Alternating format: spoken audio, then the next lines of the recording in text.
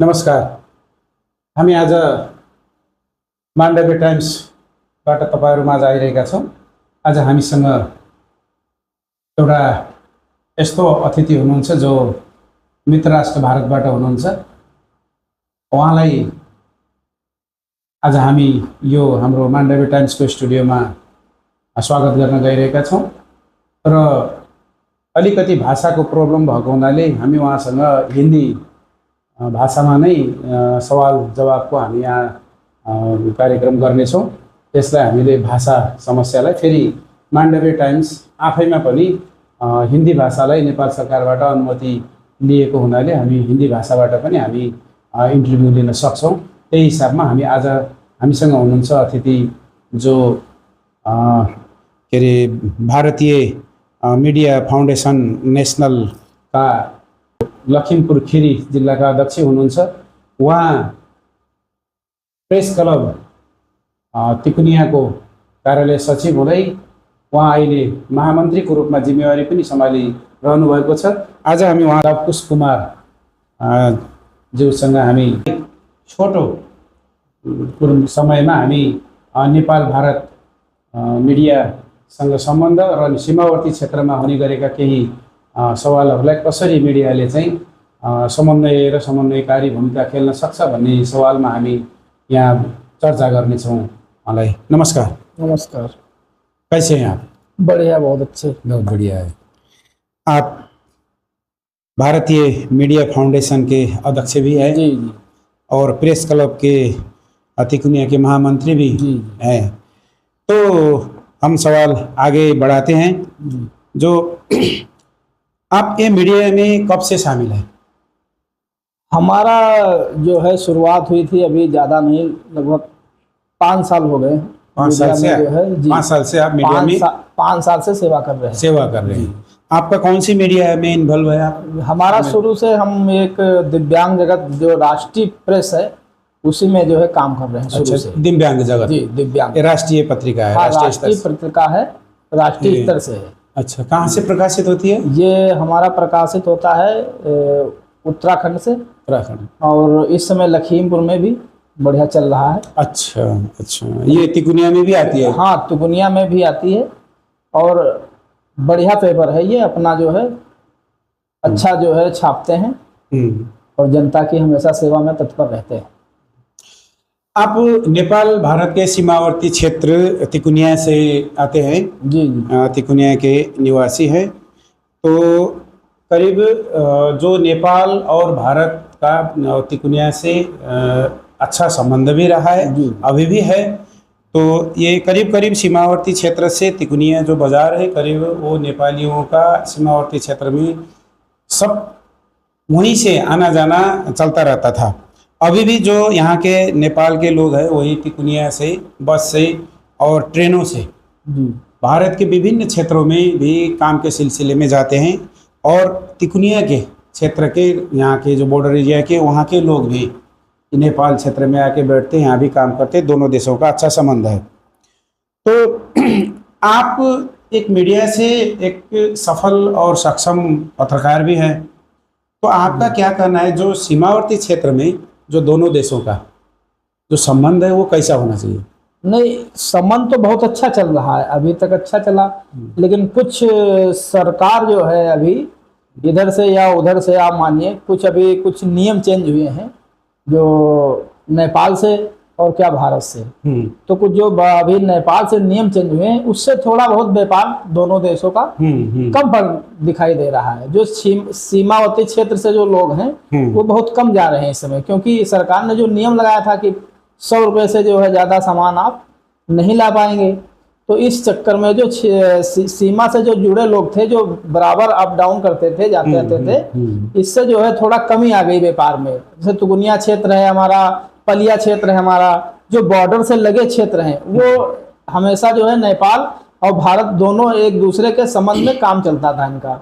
इस वजह से ये दोनों जो है देशों में थोड़ा फर्क पड़ा है, क्योंकि यहाँ के जो गरीब वर्ग के लोग हैं वो ज़्यादातर इंडिया से ही खाने पीने की जैसे रोज़मर्रा के सामान लेके आते थे, तो उनका बढ़िया चलता था। अब क्या है, थोड़ा बॉर्डर पे सख्ती है, तो ज़्यादा सामान ला नहीं पाते, इसलिए थोड़ा देखा जाए तो बहुत अभी मतलब 50% जो है वहाँ का जो व्यापार है वो थोड़ा कम हुआ है। कम हो गया है। लेकिन जो आपने बताया अभी यहाँ के सरकार ने जो रोक लगाई है जी वो तो कम से कम ये जो विगत में जी अंग्रेज के समय में जो भारत स्वतंत्र हुआ उस वक्त जो संधि हुई थी जी उसी वक्त से ये जो 100 रुपये वाली बात थी वो हो गया। अभी नेपाल के बालेन सरकार ने उसको प्रत्यक्ष रूप से देखा तो इसमें वो कार्यान्वयन के तह पे ले गया। लेकिन दोनों देशों का ये संबंध प्रगाढ़ रहे। अभी भारतीय सेनाध्यक्ष स्थल सेनाध्यक्ष भी नेपाल आए हैं, जी तो अभी गए हैं, आके सम्मान भी पाया है। तो ये दोनों देशों का संबंध और प्रगाढ़ बनेगा इसमें। तो मैं क्या पूछ रहा था कि मतलब जो आपने सीमावर्ती क्षेत्र में जो जैसा तस्करी हुआ, तस्करी बोले तो जैसा ये लागू विशेष करके लागू औषध, चोरी तस्करी और अन्य अवैध रूप से जो बिना कस्टम बिना भंसार जो वहाँ से अभी भी आ रही है, अभी भी वो धंधे हो रहे हैं, अभी भी पकड़े। आज ही शायद वहाँ लागू औषध के उसमें एसएसबीओ ने दो नेपालियों को आज ही हाँ पकड़ा है जी। जी। तो ये जो सवाल है इसके सवाल में आप तो एक जिला अध्यक्ष भी हैं, एक मीडिया संस्था है, अच्छा है, बहुत बड़ा संस्था है राष्ट्रीय स्तर का, इसके अध्यक्ष भी हैं। तो इसके सवाल में आपने कौन सी थोड़ा पहलकदमी की, इसमें समन्वयकारी भूमिका आपका कैसा रहा? नहीं, हम लोगों का तो काम है भाई, हम लोग तो जिला भी देखते हैं, बॉर्डर भी देखते हैं। रह गई बात ये नशा और तस्कर, ये असल में दोनों देशों की जो है, दोनों देशों के जो नए युवा हैं वो इस चीज़ में ज़्यादा जा रहे हैं। अभी कई पेट्रोलियम हुई हमारे देश से, बॉर्डर क्षेत्र से, और इधर भी होती हैं, इधर भी पकड़े जाते हैं, उधर भी पकड़े जाते हैं। कहीं ना कहीं अभी तुष्टिया बॉर्डर पे हैं। इस वजह से ये नशा जो है बढ़ता जा रहा है और ये दोनों देशों के लिए खतरा है भाई। अभी इधर भी पकड़ होती, उधर भी पकड़ होती। अभी इस पे ज़्यादा मतलब ध्यान देने वाली बात है, क्योंकि हम लोगों का काम तो होता है कि बॉर्डर पे पेट्रोलियम और उनके साथ जाना, बैठना, बातचीत करना, ये सब हम लोग करते हैं और बराबर न्यूज भी लगाते हैं, देखते हैं कि कहाँ पे कौन तस्करी हो रही है। अगर हम लोग को अगर मिलता है कुछ, तुरंत हम लोग उसको मुद्दा उठाते हैं और जो हमारी एजेंसियां उस पर तत्काल जो है एक्शन भी लेती हैं। लेकिन जो करने वाले हैं वो नहीं, अभी तक जो इनका गिरोह है वो अभी पकड़ा नहीं जा रहा है। जो पीने वाले हैं, डेली इधर पीने जाते हैं, कोई इधर से नेपाल आता है, नेपाल से इंडिया पीने जाता है, इन पे लगाम जब लगेगी, जब ये धर जब पकड़े जाएंगे तो तब इनके जो है गिरोह जो है, जो इनके गिरोह जो काम करता है बॉर्डर क्षेत्र में, अगर उन तक पहुंच हो गई हमारे एजेंसियों, तब ये खत्म हो पाएगा दोनों देश का। तो आपने ये तो बताया, इसका प्रमुख जिम्मेवार कौन है? जो ये दोनों देश में होते हैं, इधर के युवा उधर के युवा, जो युवाओं का सवाल आपने उठाया, इसका प्रमुख जिम्मेवार कौन है? इसका प्रमुख जिम्मेवार तो अभी तो कोई नहीं बन रहा है, लेकिन जो बेचने वाले हैं, जो बाहर से माल लाते हैं, जैसे मान के रखिए किसी देश से मंगवाया जाता है, या नेपाल के रास्ते से आता है, या भारत के रास्ते से आता, अभी तक इनके जो है जो बेचते हैं उनको नहीं पकड़ा गया है। वही जो ले जाते हैं उनको पकड़ा गया है। अभी तक इसका पता कंपनियां लगा रही हैं, लेकिन लगा नहीं पा रही हैं। तो इसी सवाल में मैं बोल रहा हूं कि जो ये जो तस्कर लोग हैं जी, हाँ, आते कहाँ से है, भारत में कहाँ से आता है, अर्थात नेपाल में कहाँ से आता है? अभी तो ज़्यादातर ये जो देखा गया है वो तो लागू औषध के संबंध में तो भारत से ही नेपाल आ रहा है। नहीं, वो आपकी बात सही है, भारत से नेपाल आ रहा है, लेकिन कहीं ना कहीं नेपाल से भी वो जा रहा है। ये दोनों देशों में हो रहा है। अब ये कहाँ पे हो रहा है अभी तक किसी को पुष्टि नहीं हो पाई। तो मान लीजिए कि ये जो जा रहा है, आवागमन हो रही है, मान लीजिए इधर से चरस जा रही है, जैसा कुछ दिन पहले एसएसबी ने 22 किलो चरस पकड़ा हुआ था, हाँ, इतने सुरक्षा होते हुए भी निकल गया वो। तो ये दोनों इधर उधर की जो बात है, इसकी प्रमुख कारण क्या है? मतलब जो सरल तरीका से जाता है, जो वहां से भी आता है, यहाँ से भी जाता है, तो बीच में दोनों देशों की सरकारें हैं, सरकार के सुरक्षा निकाय है जगह जगह पर, तो ये क्या कारण है? मतलब ये कारण ये है कि इसमें कहीं ना कहीं कुछ इधर से भी लोग मिले हुए हैं जो बॉर्डर क्षेत्र पे बैठे हैं, और इधर के लोग भी मिले हैं उधर से। इस वजह से ये इधर से भी सप्लाई हो जाती है, उधर से भी। ये चेन है इनकी एक, मतलब ये दोनों देशों की, दोनों देशों की एक चेन है। जब तक वो चेन टूटेगी नहीं तब तक ये नशा तस्करी खत्म नहीं होगा। इसके लिए क्या करना पड़ेगा? इसके लिए हम लोगों को थोड़ा मेहनत करनी पड़ेगी भाई, इधर से भी मुद्दा उठाना पड़ेगा, इधर से हम लोग छापेंगे, आप इधर अपने प्रकाशित करिए, हम अपना प्रकाशित करें, ताकि जो एजेंसियां जो बैठी हैं बॉर्डर पर, जब तक ये शक्ति में नहीं आएंगी तब तक ये नशा तस्करी खत्म नहीं होगा। जिस दिन ये एक्शन में होंगी उस दिन कोई माल इधर से उधर नहीं ले जा पाएगा। आपने जो पहले बताया अभी भारतीय सीमावर्ती क्षेत्र के बाजार में कम से कम सुनसान है, जी तो ये बताया।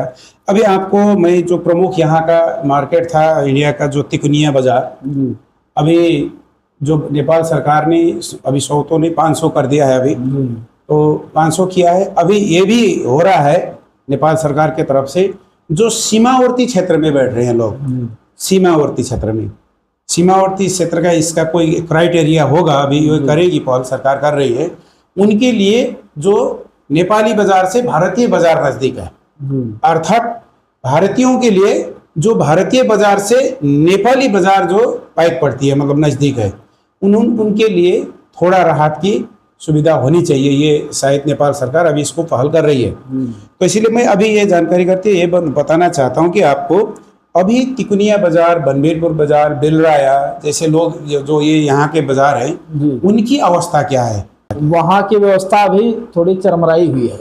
अच्छा। क्योंकि अभी यहाँ से जो 500 का सामान अगर आदमी अगर कुछ लाना चाहता है तो 500 की तो बहुत खाने पीने की सामान नहीं आएगा भाई।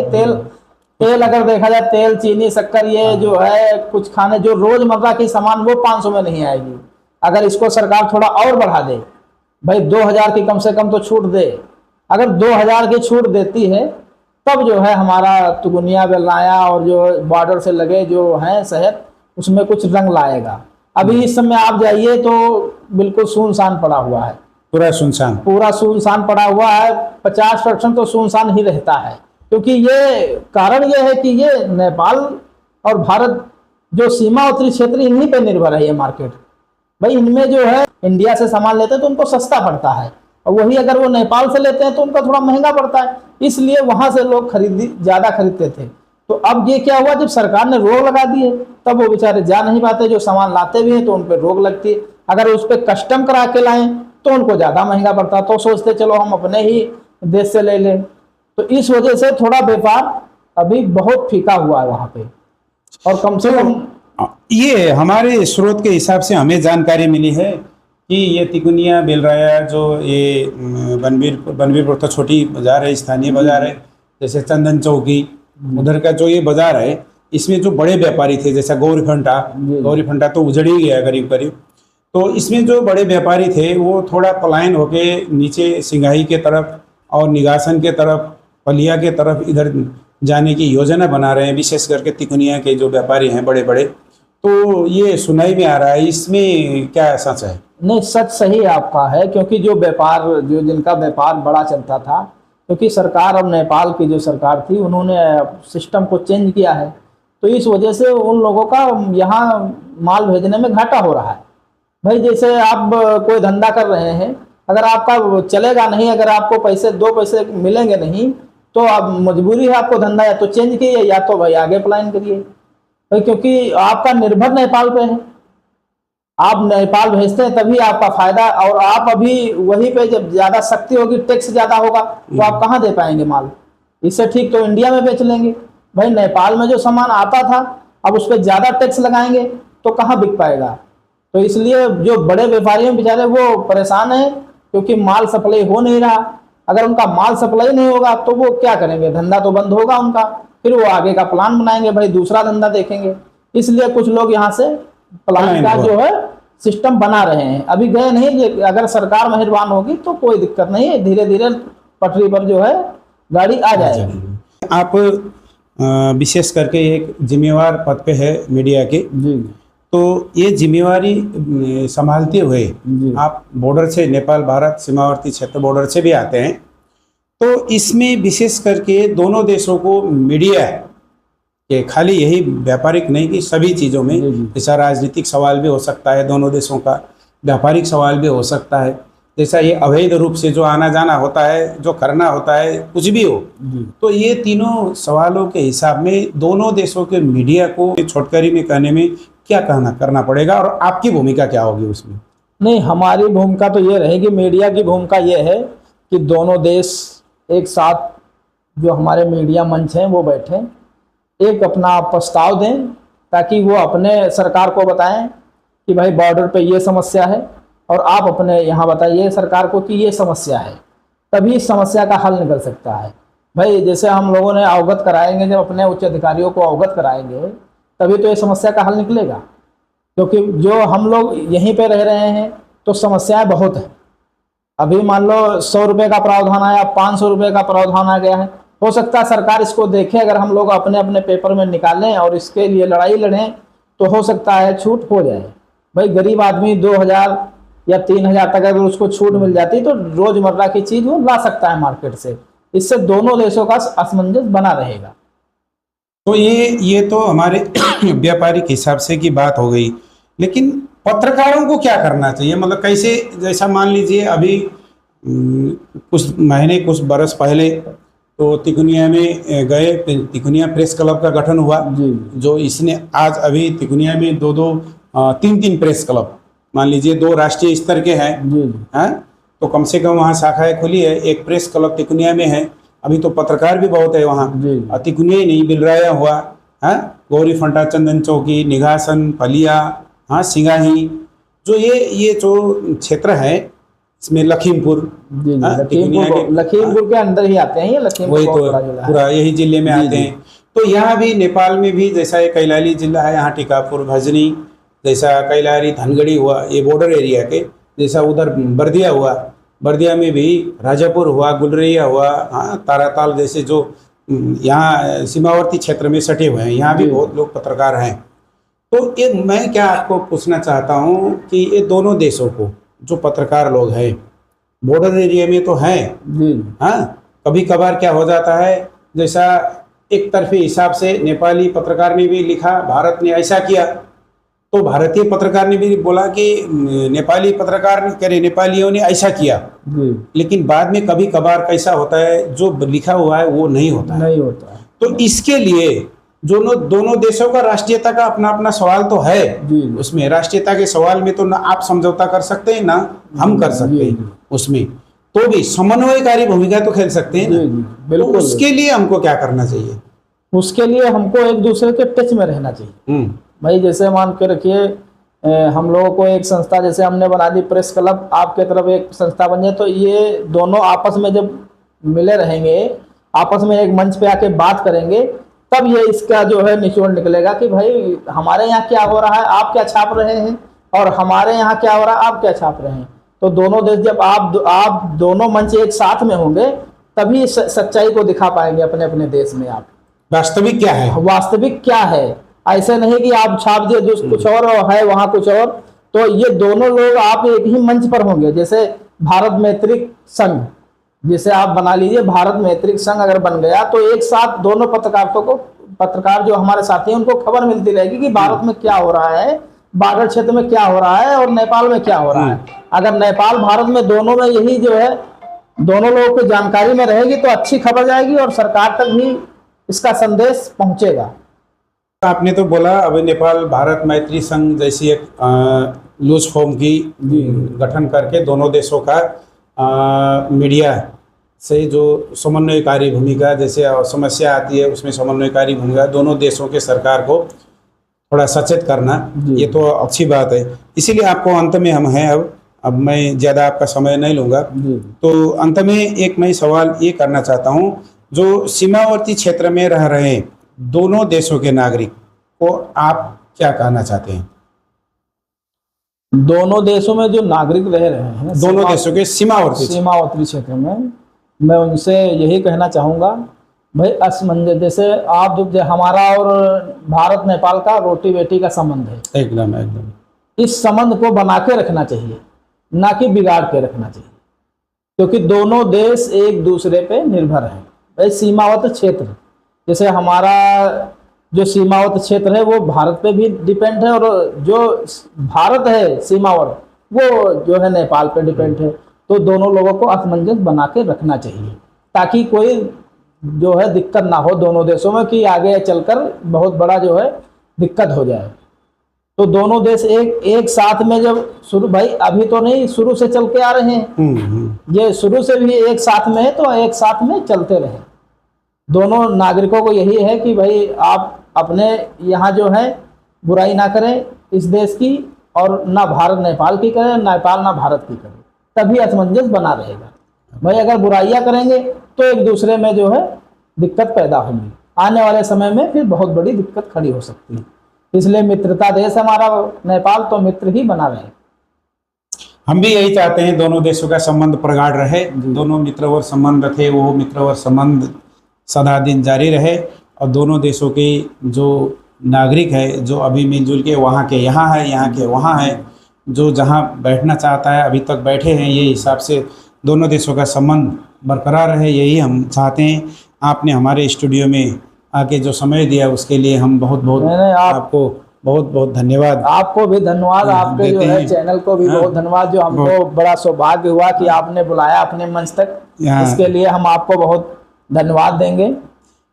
यो मान्डवे टाइम्स को स्थानीय सवाल कार्यक्रमबाट हामी अहिलेलाई बिदा चाहन्छौँ। हस्, नमस्कार।